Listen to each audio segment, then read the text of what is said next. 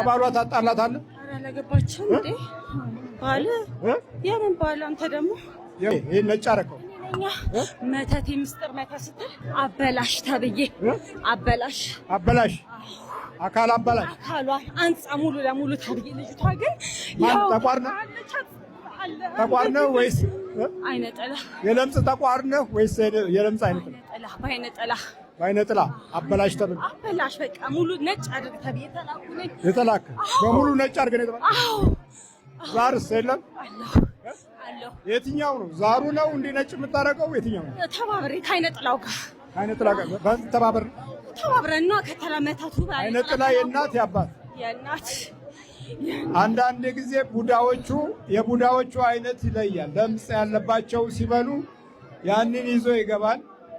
ደግሞ የተባለውን ለማድረግ የውስጥ ተከታታይ መንፈስ አለ። የውስጥ የሚከታተል እድሉን፣ ሁኔታውን፣ ባህሪውን እየተከታተለ አካልና ገጽን መለወጥ። ስንት ዓመት ነው እንዲካረካት? ይሄ ልጇን የጀመርኩት ሰሞኑን የተላኩ ነኝ። አንድ ወር አልሞላውም። የእጇ አንድ ወር አልሞላው። የከንፈሯ ደግሞ ወደ ትንሽ ቆየት ተብሏል። ግን እሱም ያው ተልኬ ነው። ስንት ጊዜ ነው? አጠቃላይ 5 ዓመት ይሆናል። 5 ዓመት ምናምን ይሆናል። 5 ዓመት ከጀመርካት በፊት ይሄ አልነበረ? የለም ደግሞ የምን ባል እንዴት አለን አይደል? እኛስ ያለና ለራግተን ምናምን የተቀመጠን አለን አይደል እንዴ? አግብተናታ መልቦጥሽ ወጥ ነው ተዘጋጅ። ውጣ። ስንት ናችሁ ጠቅላላ? 28 አጋንንት ለሰይጣን የምቀኛ መተት ድምጻችንን አልፎም ተርፎ ነፍሳችንን ሁሉ እንዴት ተቆጣጥሮ በቁጥጥሩ ስር አውሎ መንፈሱ ወደሚፈልገው አይነት መንገድ መምራት መቻሉ ነው። እሺ፣ መስኮቱን የሰበርከው በቦክስ እንዴት አድርገህ? የበሩ መስታወት ነው። እንዴት አድርገው? በቦክስ ነው የመታው። እንዴት አድርገህ? በቦክስ ስለው ሲሰበር ምንም በቃ ድቅቅቅ ነው ያለው፣ ብትን ነው ያለው። አንተ ነው የመታኸው? አዎ። ልጁ አያውቅም። ልጁ ያወቀው ካለፈ በኋላ ነው፣ ከረጅም ሰዓት በኋላ።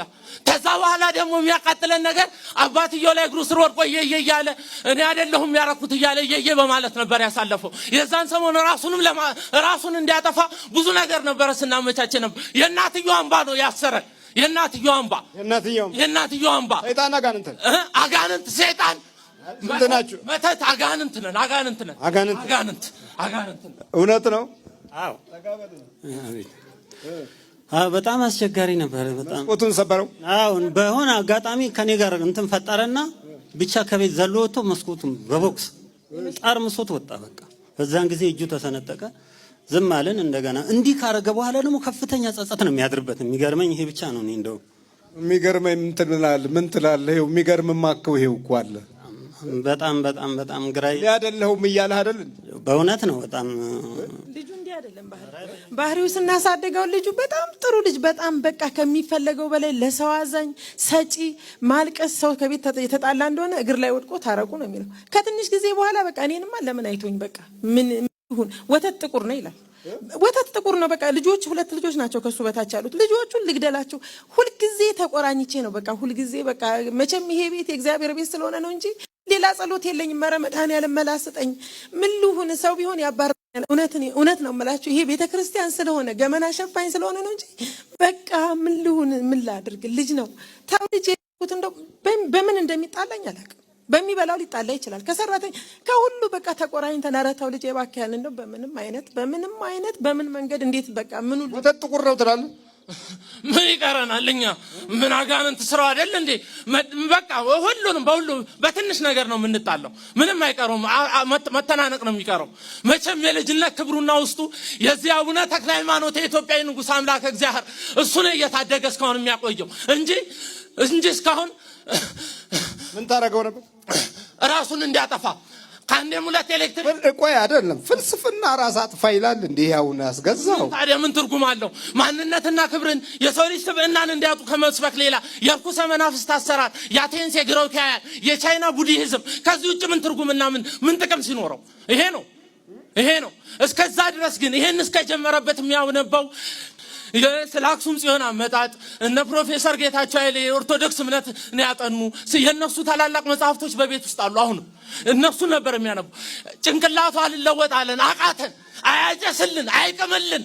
ይሄ ነው ወደዚህ እንድንገባ ደግሞ ያደረገን። አሁን በድባቴ ውስጥ ጭንቅላቱን ስቶ ቁጭ እንዲል አርፎ እንዲቀመጥ በሆነ ባልሆነ መበሳጨት እንዲበሳጭ በራስ ሐሳብ መውጠንጠን ራሱን እንዲያጠፋ ትላንት ባሳለፈው ነገር እየተጸጸተ ጭንቅላቱን ሊነው እንዲቆስል ምንም እንዳይሰራ ማድረግ ነው። ይሄ ነው አብዛኛው መንፈስ የሚወራረሰው በቡዳ መንፈስና በዝሙት መንፈስ ነው። በቃ በመተያየት እስቲ ቲክቶክ ላይ ጀበና እዚህ ላይ አስቀምጣ ሲደንስ ካየ አንዱ በቃ ትሬንድ ይሆናል። ያም ይከተለዋል። የሆነ ድስት ላይ ተቀምጣ ጉራን እንደዚህ አድርጋ የሆነ ምናምን ስትሰራ ካየ ያም ይቀባበለዋል። አለባበስ ላይ ይቀባበለዋል። ሊፕስቲክ ላይ ይቀባበለዋል። ቅንድብ ላይ ሁሉም መቀባበል ነው። ለምን? በቡዳ ተበላልቷል። እርስ በርስ ተበላልቷል። ራዕየ ዮሐንስ ምዕራፍ 13 ላይ የሚናገረው ይሄ ነው። ለመንፈሱ ምስል አለው፣ ለአውሬው ምስል አለው፣ ለምስሉም ደግሞ ትንፋሽ አለው ያለው ይሄ ነው። አውሬው የተባለው የሚባለው ነው። እንግዲህ እናንተ የምታውቁት አውሬ አይደለም። በባህሪው አውሬ የሆነው የዚህ ዘመን ኤቲስትነት፣ ፓጋንነት፣ ልቅነት፣ ግዴለሽነት ማለት ነው። እግዚአብሔር ይቅር ይበለን፣ እግዚአብሔር ይማረን። ከዚህ ሲወጣ የሚያደርገውን ነገር አያውቅም። ከዚህ ሲወጣ ጫቱን ገዝቶ እየቃመ ሲጋራውን እያጨሰ ይቀመጣል።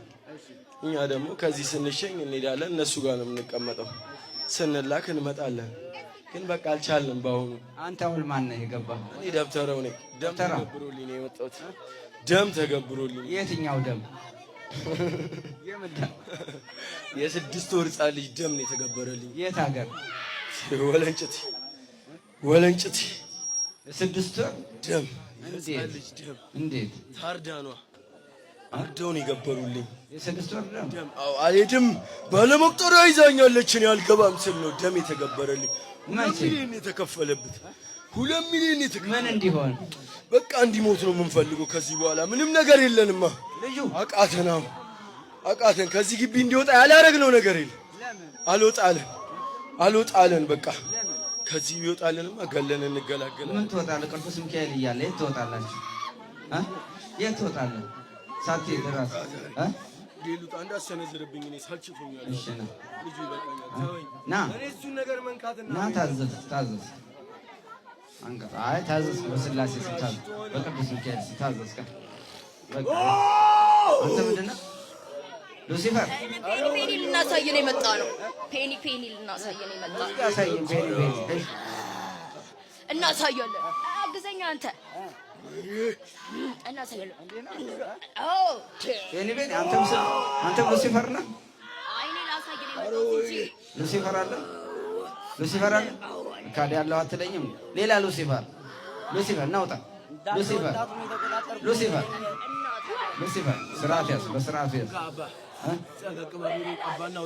ምን ሉሲፈር? ሌላ ሉሲፈር። አንተም ሉሲፈር? እሺ በርከክ ሉሲፈር። አንተም ሉሲፈር ነኝ እኔ 666 ማይ ኔም ኢዝ ሉሲፈር።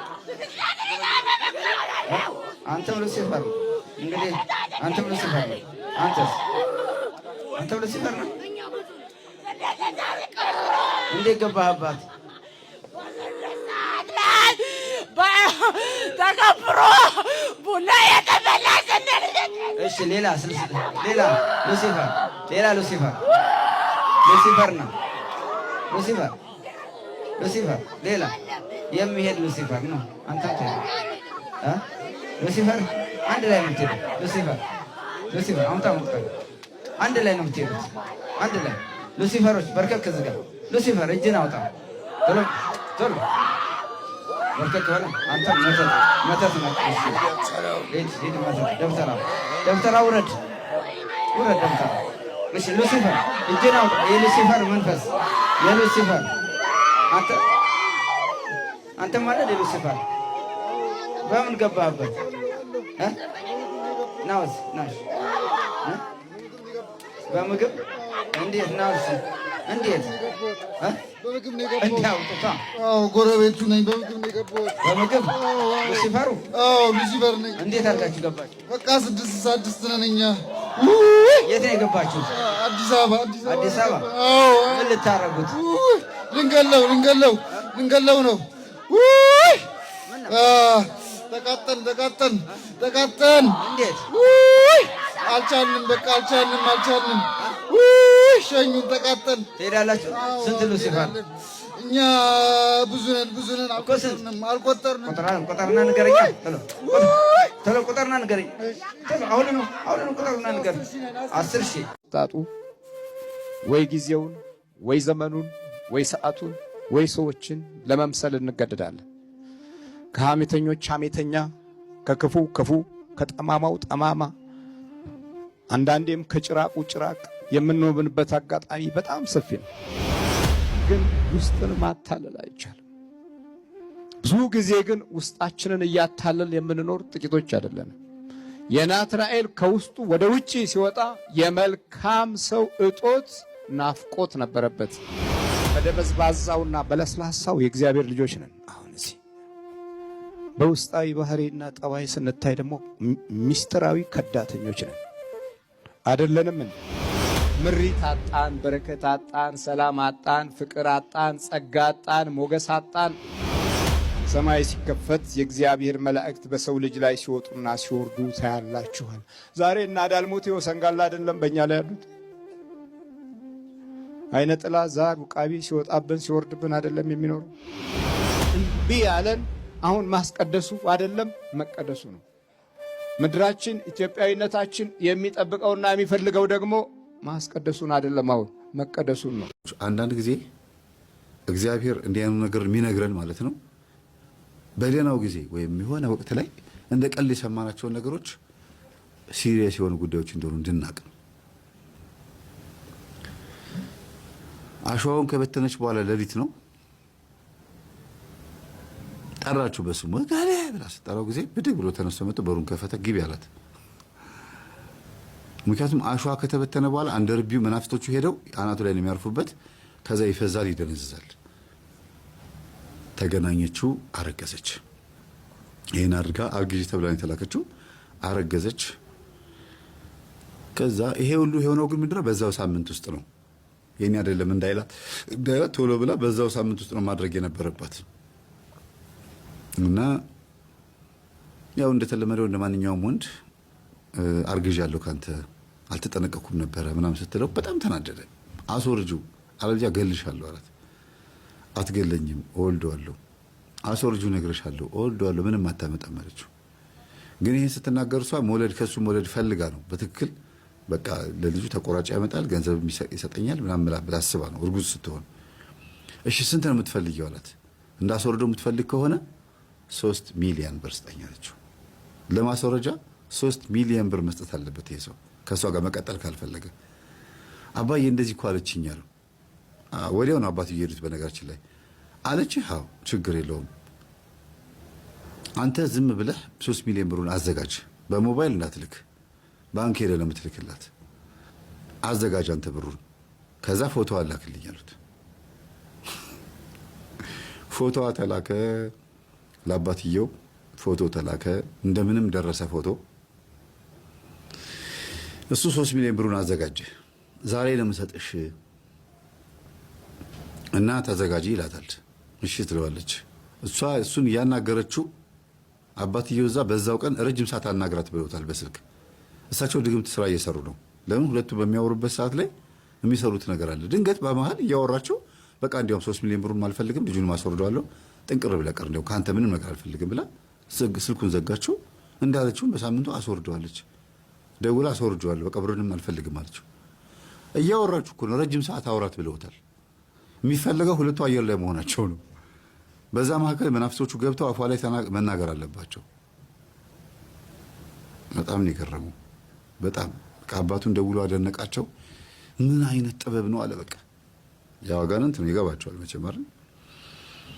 እና ጥበበኞች የሚሉት ምንድነው መናፍስትን ከተዋረስናቸው በኋላ እንዴት ከነሱ ጋር አብረን መስራት እንደምንችል ባለፈው ላይቭ ላይ እንዳሳየዋቸው እንዴት አብረን መስራት እንደምንችል ብቻ ነው ጥበቡ ማወቅ ያለብን እንጂ ኦልሬዲ እኮ ተዋርሶ እንደሆነ እናውቃለን ነው የሚሉት። በዚህ ልክ መናፍስትን ስትዋረሱ እንዴት መዋራስ እንዳለባችሁ ብለው ሊያስተምሩ ሁሉ የሚሞክሩ አሉ። እንደነዛ ብሎን ቀዳማዊ የመሰሉ ደብተራዎች ማለት ነው።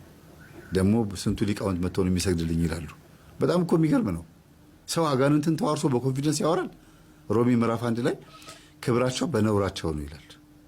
ስንቱ ሊቃውንት፣ ስንቱ ህፃን፣ ስንቱ ደቂቅ፣ ስንቱ ሊቅ እንትን ሽማግሌ መጥቶ የሚሰግድልኝ እኮ ነኝ እኔ ብሎ ራሱን ሲያስብ ራሱ በዚህ ልክ ነው አባትየው የሚመኩት በዛ ደብተራ ማለት ነው እኛ አባትና እንዴ ታዲያ ጸሎት ተደርጎላቸው ጸበል ተረጭተው መንፈስ እንደዚህ ከተያዘላቸው ለምንድነው መልሰው ድግምት የሚያስደግሙ ስትሉ ጥበብ ነው ብሎ የሚያስቡት ተምታተውባቸዋል። ይሄኛው ጥበብ ነው፣ እዚህ ጋር ያለው ደግሞ ይሄ ሌላ ጉዳይ ነው ብሎ የሚያስቡት። ጥፋት ያጠፋው ማን ነው? እሳቸውን የሚያታልላቸው ደብተራ ነው። የቀደመውን በደላችንን አታስብብን ብለናል ብለዋል አባቶቻችን አላሉም። እንደውም በኑሮ ውስጥ ያለው ወከባ ጊዜ አልሰጣቸውም እንኳን ስለ በደል ለማሰብ። ሌላው ከዛ የተተካው ትውልድ በየትምህርት ቤቱ ያሉት ስጋዊ የድፍረት ኃይሎች እያጠናከረ በውስጥ ሲመጣ የአዛብ የትምህርት ፍልስፍና ዘርፎችም ለዚህ ክፉ በደል መኖርና ትውልድን ቀድሞ መምታት ምክንያት ሆኗል። እና ስለ በደል ማንም ሰው አያስብም። ስለሚያገኘው ሀብት፣ ስለሚገነባው ገንብ፣ ስለሚያተርፈው ትርፍ እና ስለሚሰራው ስራ ፕሮግራም እቅድ እንጂ የበደል ጉዳይ ላይ እንደ ዳዊት ረጋ ብሎ ለማሰብ ጊዜ አልነበረንም። እና እነዚህ የጣዖት መንፈሶች እየለከፉት የተወለደ ትውልድ በጣም በዛ። የዚህ የመብዛት ኃይል ደግሞ ሌላውን አጠናከረ። ይሄ ቡዳውን እየጨመረ መጣ፣ አይነ ጥላውን እየጨመረ መጣ። ገበያ ወጥቶ ተለክፎ መግባት የተለመደ ጣችን ሆነ። የመናፍስቱን ወረራ ይህን ያህል ጠንክሮ እንደመጣ መንፈሳዊ ኃይል ላይ ያሉትም ሰዎች በከፍተኛ ሁኔታ ከተጠቁትም ዋነኛዎቹ እነርሱም ሆኑ። ተጠቂው ምዕመናኑ ብቻ አይደለም። በልዑል እግዚአብሔር አምላክ ቤትና ስፍራ ወደ ቃል ኪዳኑ ቦታና የቅድስናው ማህደር የሚደርሱ ሰዎችም የዚሁ መንፈስ ተጠቂዎች ሆነው ይኖራሉ። ለምን? መንፈሳዊ ልምምድን የሚያደርግ ጠላት ደግሞ በዛም ዘርፍ ውስጥ ስላለ ነው። እና የቀደሙ በደሎች ወደፊት እየቀደሙ አሁን መንፈሳዊ ነገር ላይ ቸልተኝነትና ደንታ ቢስነት ከዛም በላይ ደግሞ እንደ ጎጂ የሚታይበትም አጋጣሚ ሰፋ።